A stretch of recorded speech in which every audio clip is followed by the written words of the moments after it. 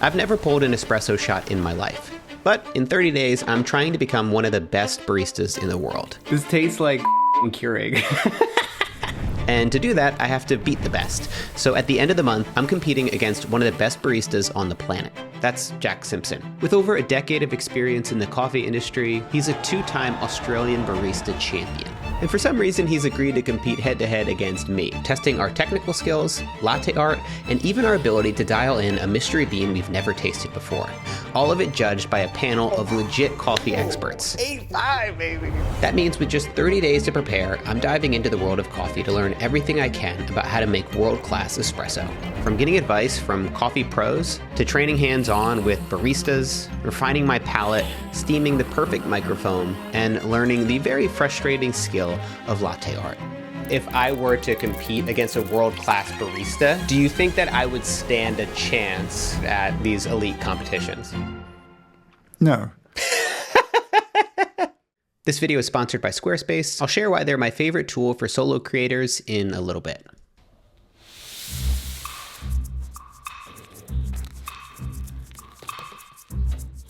So while I've been making pour-over coffee for a long time, I've never made espresso before. I rarely ever drink it, and this is my first machine. I went with the Breville dual boiler based on some research, and it seems like a good entry-level machine for around $1,000. What seems to be even more important is the grinder. I already have the Barista Encore espresso grinder, which is apparently a pretty good low budget option. So I'm just gonna stick with that. So for this first espresso, I'm really just gonna wing it just with a simple recipe I found online. I totally f***ed it up. I was supposed to hit a double shot and I hit a single. There's not enough coffee in there. I'm just gonna hit the single shot again, I guess. That should fix it.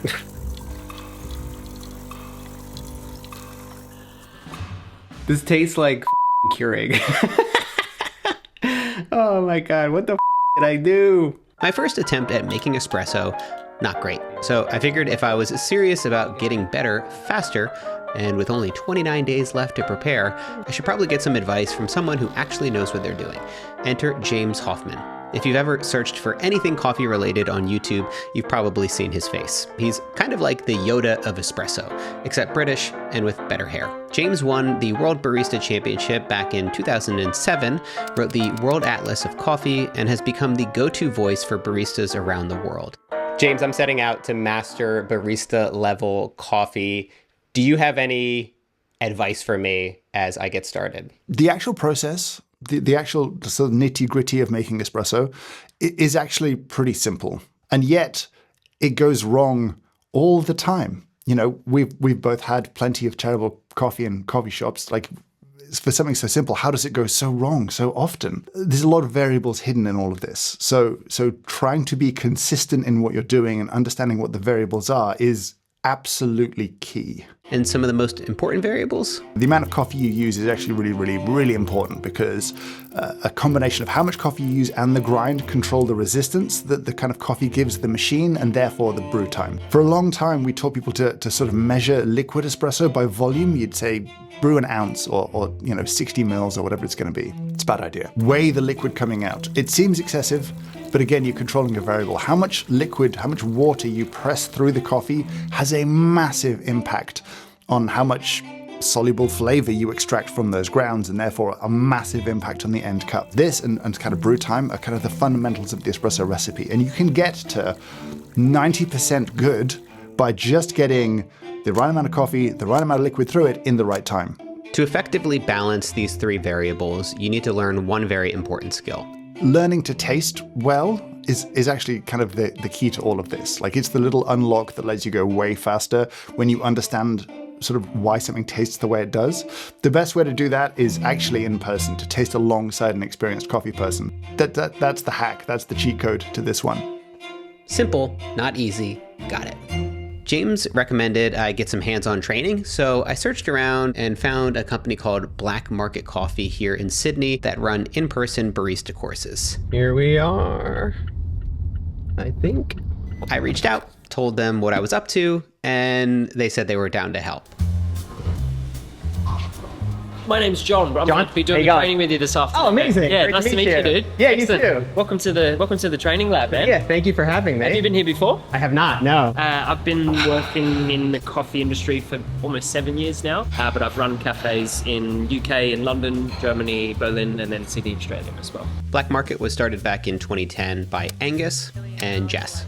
John Kennedy, yes, that's his real name, runs their coffee courses, trains new staff, and coaches YouTubers trying to compete against Australia's best barista. I think the hardest thing that I'm struggling with right now, and that's going to be the biggest hurdle for me for the next 30 days, is understanding the different flavor profiles. Like, how much do you think I could realistically expect to learn about like my own palate? You can actually hone into those skills pretty quickly. I think a lot of the time we just sort of consume food and beverages mindlessly. And once you start sort of thinking about it a little bit, you actually get really far really quickly.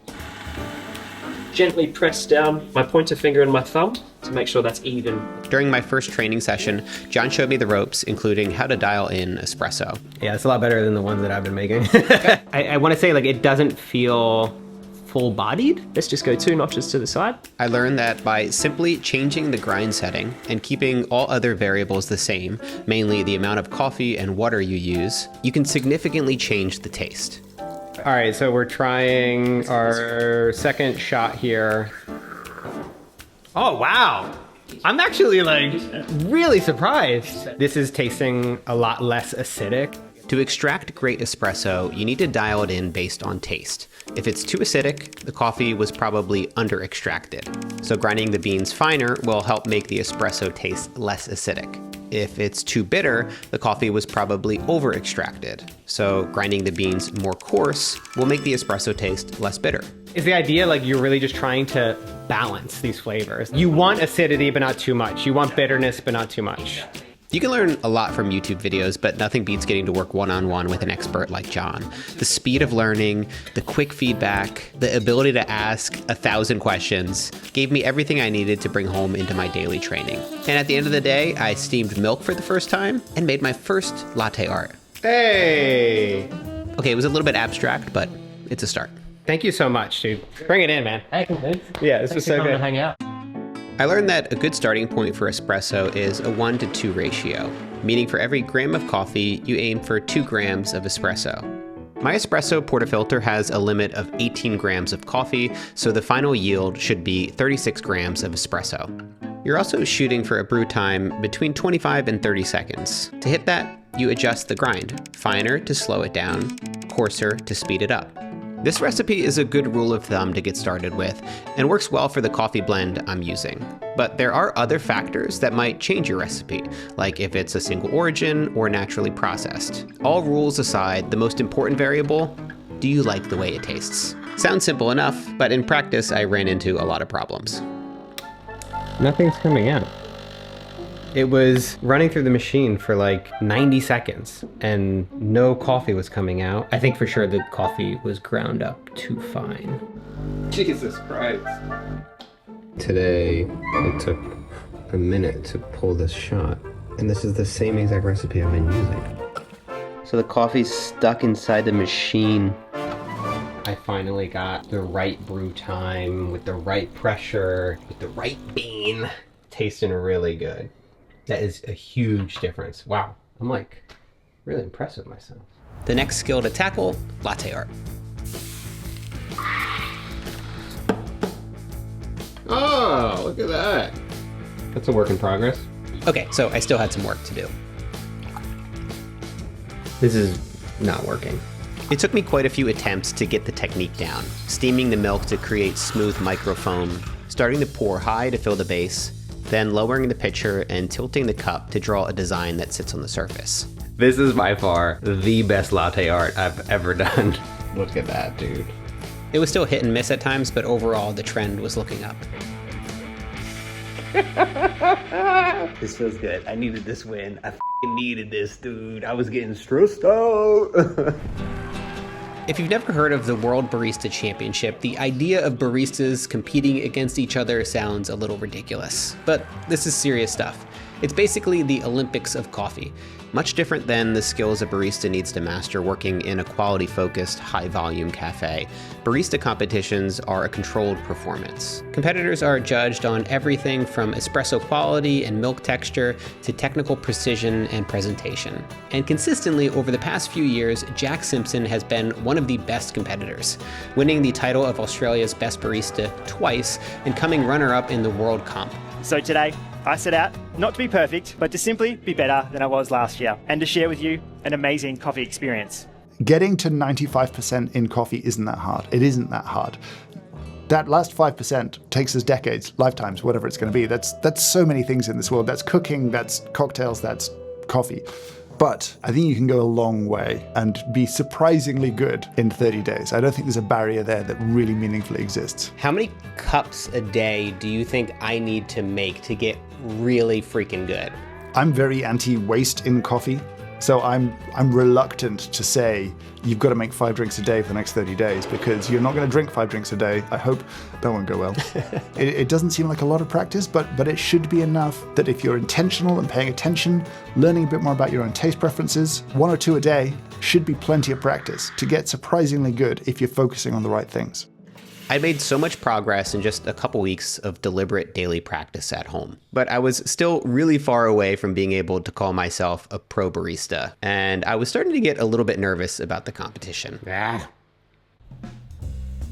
So we're doing our production cupping, which is essentially where we cup every roast that we've done. Each roaster sort of has their own way of doing that. Some people do it directly after roast or the following day. What's the goal of The goal is to just check that our roasts are good and spot on. So we've already done a color analysis with a color spectrometer where we measure the inside and outside color of the bean. And the next stage is the cupping, which basically just means coffee tasting. So I think one thing that I'm hoping to do today is select the coffee I use in the competition. We want to try to aspirate the liquid across our tongue so that we're sort of aerating the coffee, but also distributing it across the whole of our palate because we do taste different elements in different parts of our tongue. And that is unique to everyone. Whoops, I drank it. I guess I'm going to be drinking a lot of coffee today. I learned so much during this cupping session, mostly that I still know very little about my own palate, and becoming a world-class barista in 30 days might have been a little ambitious. But there was one great outcome for the day. We all agreed on a standout coffee from the tasting. I know my favorite. Number 2? Yeah. Dude, I like number 2 too. So this right here is the coffee that we ended up choosing for the competition. The El Sal. That's short for El Salvador, right? Okay, lovely. One thing I learned after diving into the world of espresso is just how many tools exist promising to improve your coffee by that extra 1%. From calibrated tampers to precision baskets to puck screens and bottomless portafilters. There is a lot to consider. Set a budget early and stick to it. This is a hobby that will easily just take money out of your wallet without you noticing. So this just came in the mail. It was recommended by James Hoffman. After making espresso for a few weeks, I found a few missing pieces to my own espresso arsenal, including a needle distributor, a magnetic dosing ring, and a knockbox. The needles break up clumps of coffee, helping to give a more even extraction. An even extraction is important because it lets all the coffee grounds brew evenly, so you get balanced flavor instead of sour or bitter notes. The magnetic dosing ring prevents coffee from spilling everywhere, and this little knockbox is for disposing my coffee pucks. You may have noticed that things are moving very quickly in the creator space right now. It's incredibly exciting. It's also just a little bit overwhelming. One of the companies that's really at the forefront of creating some of these new innovative technologies is my sponsor for this video, Squarespace. They've really been helping creators like me in 3 big ways. First, it's just easy. Squarespace has always been one of the easiest website builders out there, and it's gotten even easier since they've released their new Blueprint AI website builder. Just follow the prompts and build a website in minutes. Pretty awesome. One of the advantages Squarespace has, because they've been around for so long, is that their platform is incredibly reliable. One of the big reasons I use Squarespace is because I can count on them. When the stakes are high and I'm launching a course and getting thousands of people coming through the door, I need to make sure that my site's performance is reliable. And when it comes to Squarespace, I've literally never had to worry about that over the past 10 years of using their platform. And third is that they are powerful. While the platform is easy to use, Squarespace also supports creators and small businesses in a really comprehensive way. You can use their built-in tools to manage your domains, schedule blog posts, review your analytics, and even set up your own online store. If you want to see why I trust Squarespace with all my websites, then go to squarespace.com to start a free trial. And then when you're ready to launch, go to squarespace.com/MattDiavella to get 10% off your first purchase of a website or domain. And just as a reminder, when you click that link, whether it's a day from now or a month from now, that really helps to support my channel. So thanks for considering.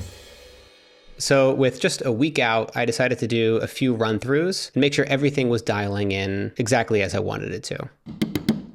So in the first round of the competition, I'm going to be using a single origin from El Salvador. It's got quite a strong flavor to it. So in my last session at Black Market Coffee, they helped me to dial in a recipe that would work well for this specific type of coffee. It's a very fast pour with a very high yield. Let's go.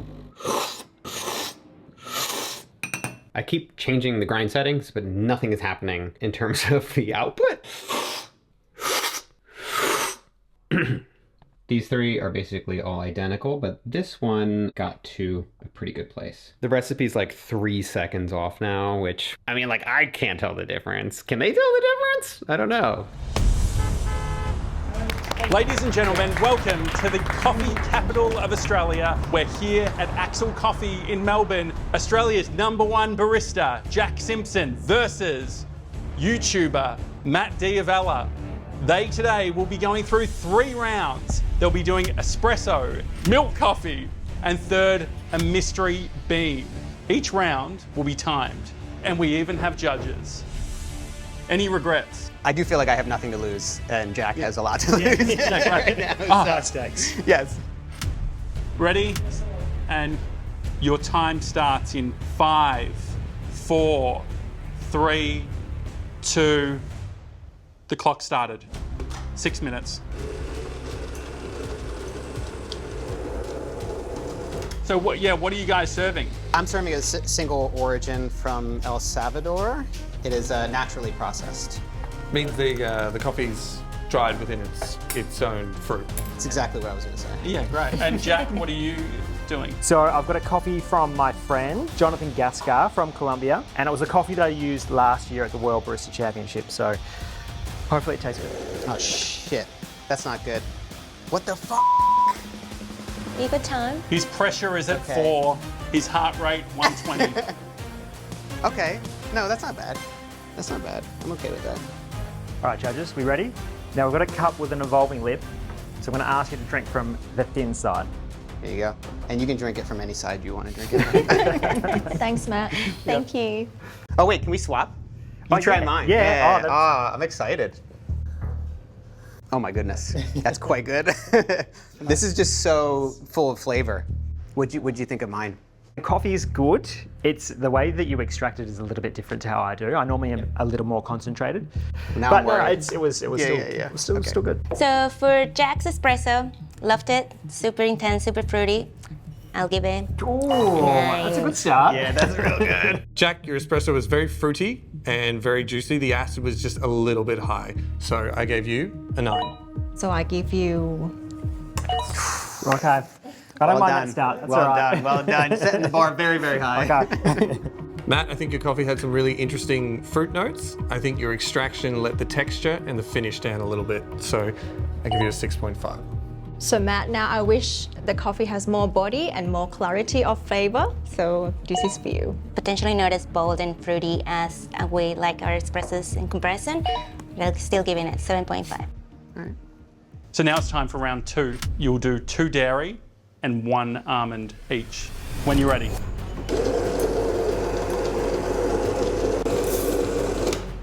What are you starting with? I'm going to be starting with my 2 dairy-based drinks. The problem here is that this machine takes a really long time to heat up the milk. Jack can probably steam milk in 3 seconds. Dude, I'm like shaking. Yeah, why? I don't know. I can do this. How much time do we have left? You have 4 minutes. Oh, am I going to have enough time? Calm down. Oh. How much coffee have you drank? Yeah, let's blame it on the amount of coffee that I've had today. I don't even shake in barista competition. I don't know what I'm doing now. What do you call that art? I think it's a tulip. Okay. Yeah. So Jack's done. No, he's still. Oh, he's going coffee. Okay, yeah, I'm delivering all three at the same time. Okay, almond milk. Okay.